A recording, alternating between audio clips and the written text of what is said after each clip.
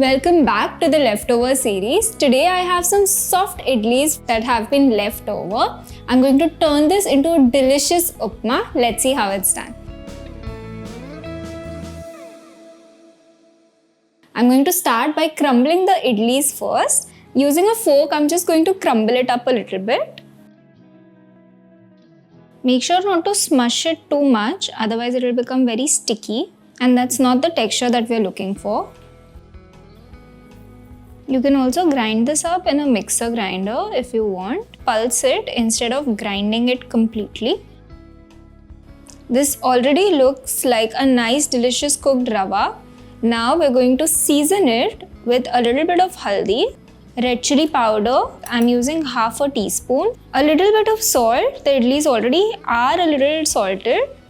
Now I'm just going to toss this around to make sure that it is properly mixed. I'm also going to add in half a teaspoon of sugar to make it completely balanced.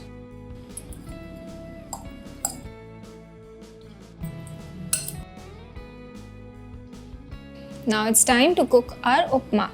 I'm going to start by adding in 1 tablespoon of ghee, some mustard seeds, 1 teaspoon of jeera, chana dal, 1 tablespoon, and urad dal 1 tablespoon. We're going to cook this till the urad dal and chana dal turn a little bit darker in color. The urad dal will turn a little pinkish and the chana dal will take on a little bit of brownish tinge. I can see a little bit of color on the urad dal. I'm going to add in some curry leaves. I'm adding 1 slit green chilli, 2 tablespoons of peanuts, these are salted peanuts, and a handful of coriander leaves that are chopped. This is going to add a lot of crunch to your idlis. We're going to saute this till the peanuts catch a little bit of color. I'm going to add in onions.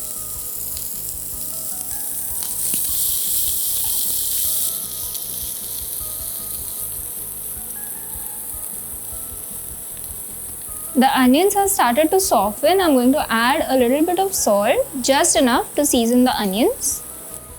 This tempering is so delicious, crunchy and versatile that you can add poha to this right now or cooked rice or whatever else you like. It's going to be tasty no matter what. Now it's time to add in our crumbled and seasoned idlis. Toss it around. As the spices in the idli heat up, they're going to change their color a little bit.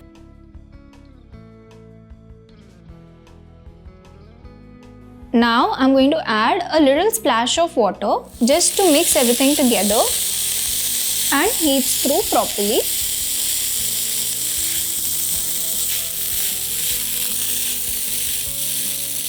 Our idli upma is now ready to serve.